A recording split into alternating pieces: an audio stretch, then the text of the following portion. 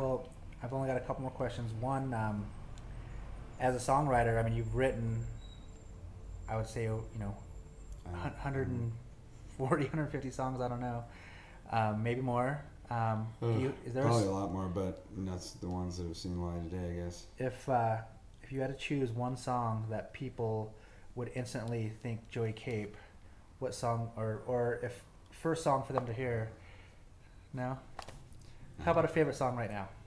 Huh? Favorite song that you've written right now, like recently? I don't like my songs. Oh man. Oh man, I mean, I think there's something. I think it might be an actual flaw when people that write music tell you that they love the music they write. I don't really understand that. Okay. Most songwriters that I meet have a kind of sort of, I don't know if it's like that you're kind of always trying to perfect your art or trying to be better at what you do, or but they're just basically never all that satisfied with anything they do. And I think it's what makes most artists at least capable and I don't know, I don't have the right words, but good at what they do. Sure. It's just that Never fully being happy with. Yeah, never fully satisfied. But I think that also when you work on a record, I mean, you write for a long time. You're generally ready to work on something else by the time you're recording it, and then if you're me, you produce and you're there every step of the way. Sure. And by the time a record comes out, I usually really honestly never want to hear it again. And I definitely don't have favorites. And also, it's hard to be objective about your own material. I mean, I have no idea, I mean, I go off feedback from people that seem to be really into the music I make. And if a number of people are telling me, like with the acoustic record, most of the time people that I know that have heard it say that they really think that Errands is the best song on the record. And so I figure, well, that must be true. Sure. I've had a couple people tell me there's only 2 good songs on the record, and they're Errands and The Ramones Are Dead, and we ironically talked about both those songs. So maybe that's it. Just get those songs if you go to iTunes or something. Canoe is my favorite from the record. Oh, and some people really like that one, but I honestly I just have no opinion there because it's really difficult to have one or even want to have one. Okay. Well, tell me what you're listening to on the road right now. What are some of the records you're loving right now? I've been listening a lot to that Ninja Gun record that I got from them at the show. I think it's really good. Awesome. And it's just different. It's a nice fusion of different sounds and things that I've liked. But they've got their own thing, and it's rare to find that and come across that.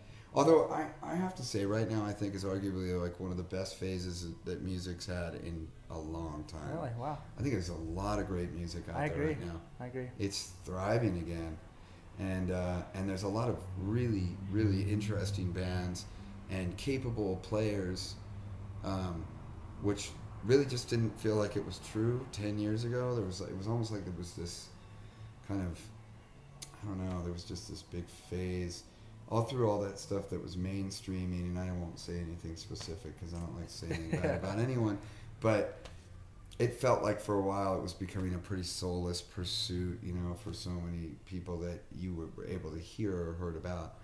And I almost feel like there's almost like this resurgence of the time when maybe R.E.M. was a small band and there was like that East Coast kind of scene, and like bands like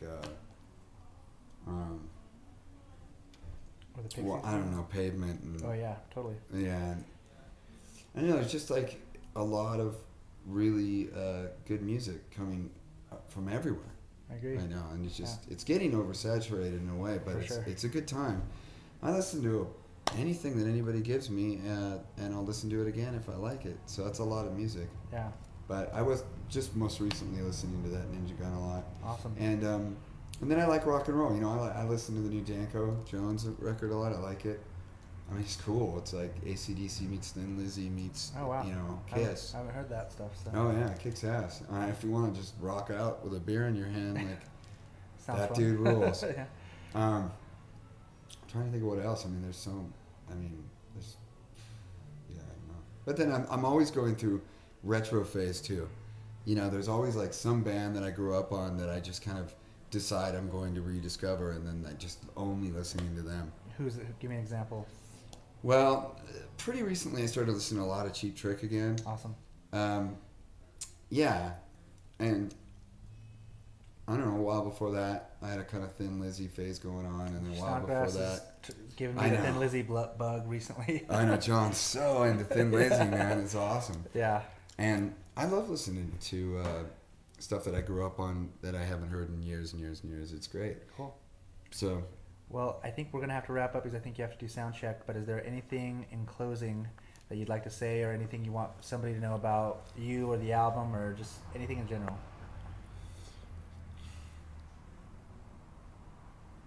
no. Okay. Sorry. Well. Oh, yeah, mustaches are not cool.